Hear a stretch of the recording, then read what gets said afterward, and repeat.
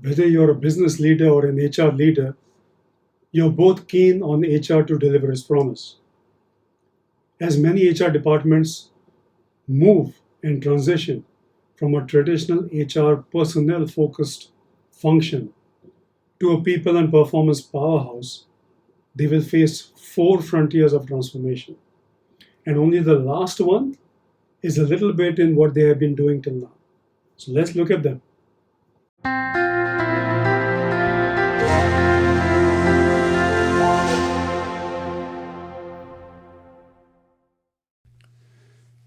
Many HR departments are in a crisis.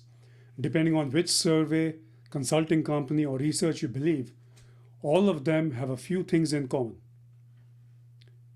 The first is that they are understaffed. Most HR departments suffer from understaffing. Many of them are not ready for recruiting and developing Gen Z. They struggle with providing a rich and meaningful employee experience. They struggle with talent acquisition and development. Even so long after COVID, many of them still struggle to find the right balance for employees between remote and on site work. They lag behind in employee skill development and application of the skills once they are learned. The list goes on. As a business or HR leader, clarity of what to expect from HR and how to bring HR to where it can deliver on its promise and its potential boils down to four frontiers of transformation: process, data, technology, and organization. Let's look at all four a little bit deeper.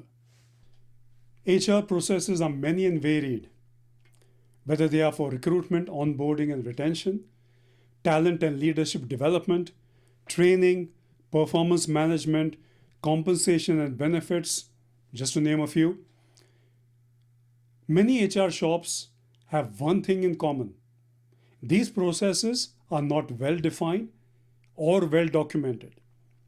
When these processes are not well defined or well documented, HR then needs to be completely reliant on its staff for the execution of these processes.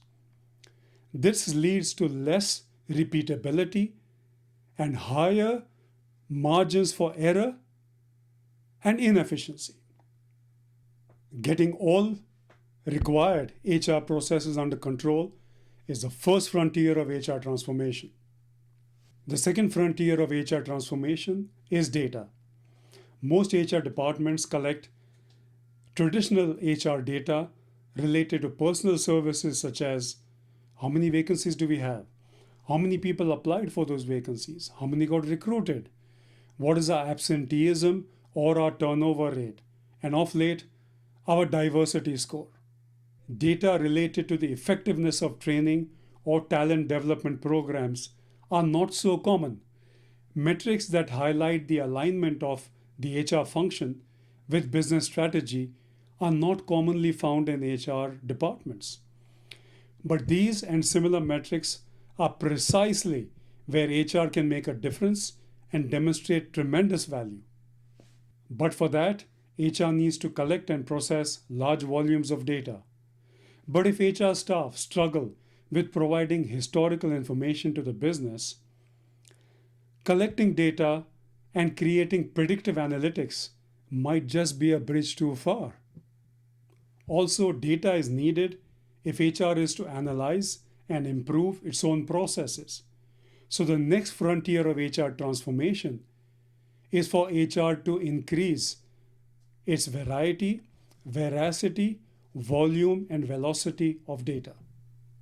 In the middle of 2024, what with all the chatter around Gen AI, one would tend to believe that this is just a matter of weeks before widespread adoption. But HR is still a laggard when it comes to technology adoption. And we are not talking about AI, we are talking about simple automation and HR technology. Technology is not one of their core skills, and understandably so. But the rapid adoption of technology is a must if HR is to remain relevant and is to become more efficient and effective. It is time for HR to fully embrace automation and digital technologies. But the fact of the matter is that many HR leaders still find it difficult to convince their boards that the adoption of HR technology is not a matter of choice, but an imperative. So, HR technology is the third frontier of HR transformation. If you remember, I mentioned in the beginning that only the fourth dimension of HR transformation is within their traditional skill set. The fourth dimension of HR transformation is organization. HR leaders need to take a hard look at their own staff, the required skill set if they are to remain relevant, to become more efficient and effective, and to look at the gap between the current skill set of their staff and what is required. HR recruitment for itself has traditionally focused on professionals with recruitment, training, and other related personnel services. Skills for analyzing HR processes for efficiency or predicting which talent development programs will have the greatest impact on realizing business strategy cannot be begged and borrowed from other departments all the time. HR leaders need to take a hard look at their own staff and start building these skills within their own departments. I hope today's episode has driven home the point about the imperative for HR to transform itself. If you like today's episode, please leave a thumbs up or tell me in the comments on how you want me to improve. Thank you and see you again.